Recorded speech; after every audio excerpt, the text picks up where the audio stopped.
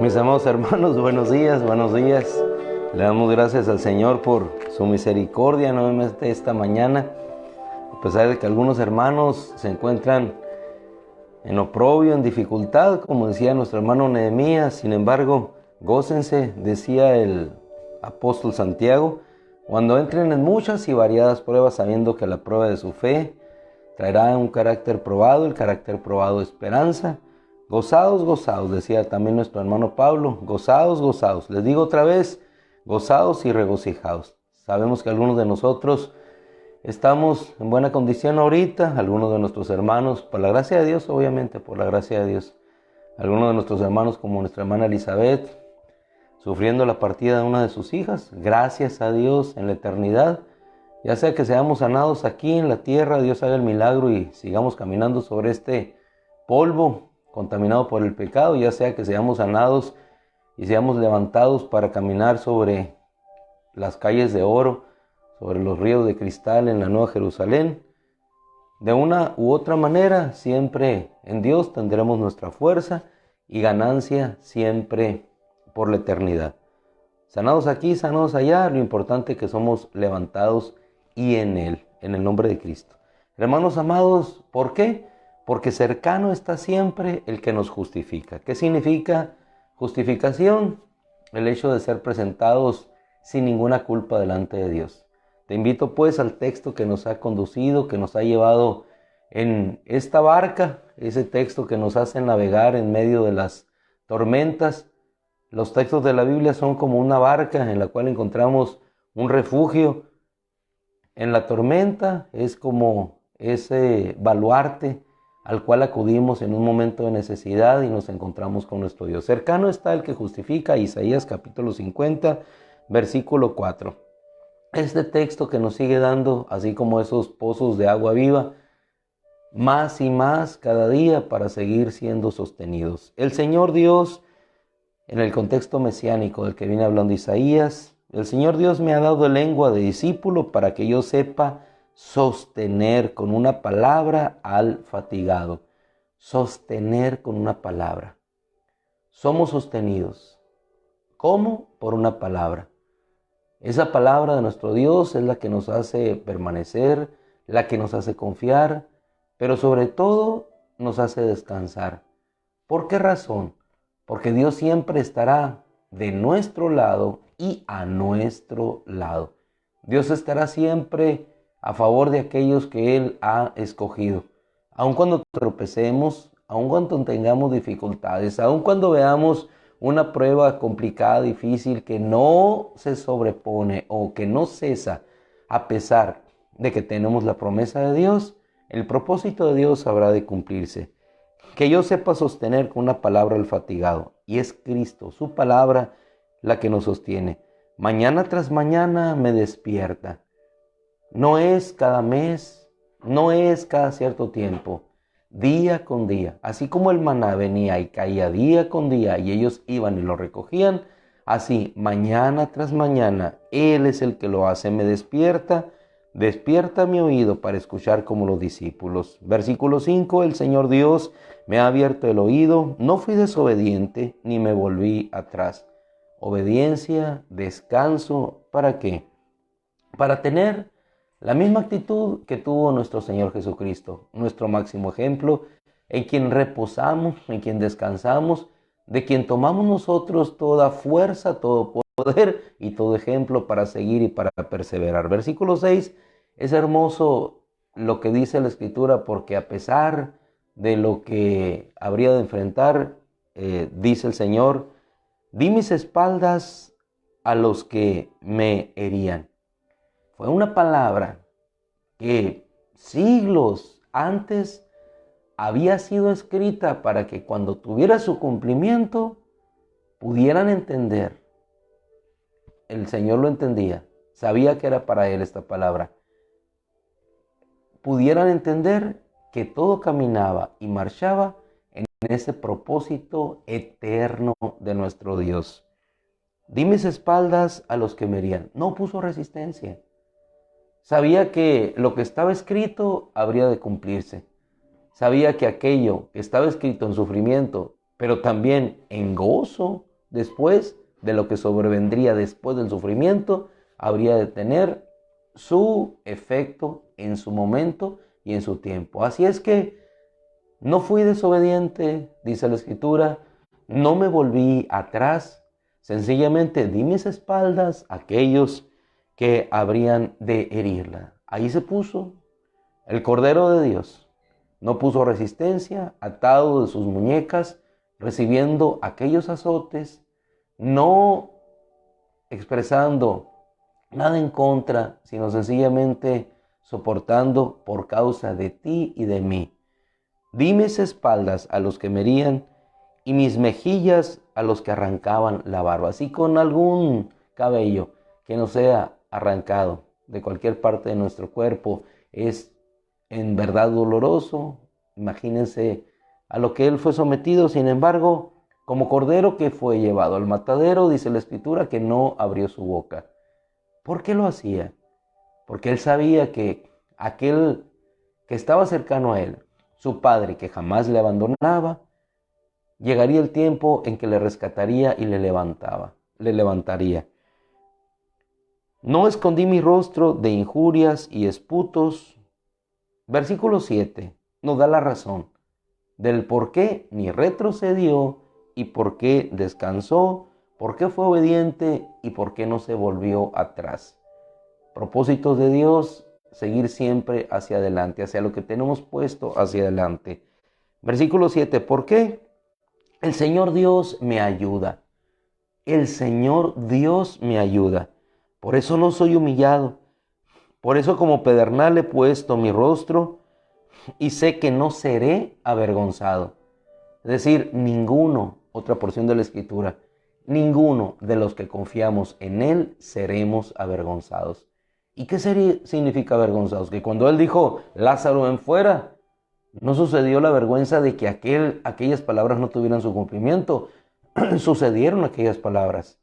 Ahorita tocaremos de paso la vida de Moisés y veremos cómo la palabra de Dios se cumplió independientemente de la palabra de Faraón. Cercano está el que me justifica. Dice el versículo 8 que le da la razón al porqué de las expresiones anteriores. Cercano está el que me justifica. Y esta palabra no solamente queda escrita aquí en un papel, sino que queda escrita hoy en nuestros corazones. Cercano está el que me justifica. En pocas palabras, cercano está el que me defiende. Cercano está el que quita la culpa. Cercano está el que me saca y cumple su propósito en mí. Cercano está el que me justifica. ¿Quién contenderá conmigo? ¿Quién contenderá conmigo? Volvemos a un ejemplo ahora que tenemos la lectura del Éxodo, cuando Moisés fue y se presentó ante el faraón. Dijo el faraón, ¿quién es Yahweh para que yo obedezca su voz? ¿Y quién es Israel? No dejaré, no conozco a Yahweh y no voy a dejar ir a tu pueblo. Pero el Señor endureció su corazón y en otra porción de la Escritura, en el Éxodo, le dice que para glorificarse Él.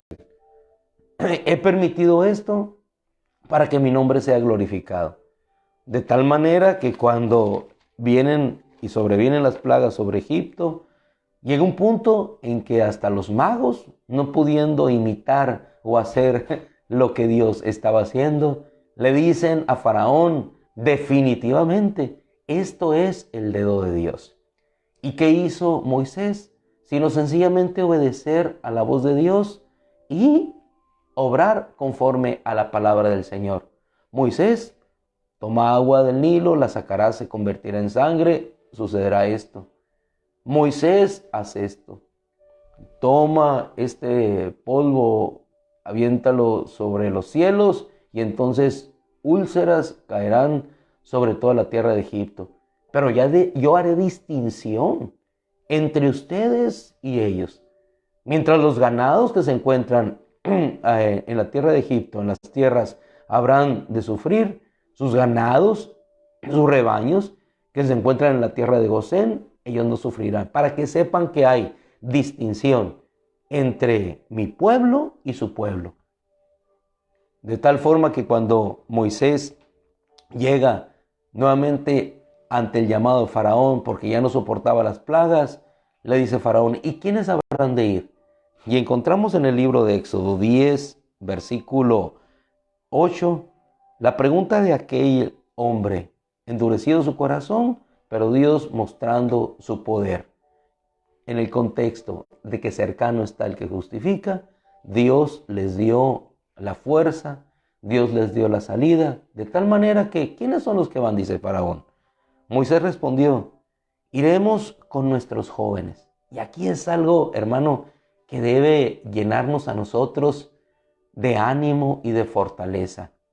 Cuando Dios hace algo, cuando Dios va a salvar, lo hace con todos. No es uno, no es otro, es todos. Moisés, aquel hombre que de inicio pensó que no estaba cumpliendo el propósito de Dios, cuando escuchó las palabras de sus hermanos, mira lo que nos has hecho odiosos ante Faraón. ¿Para eso veniste?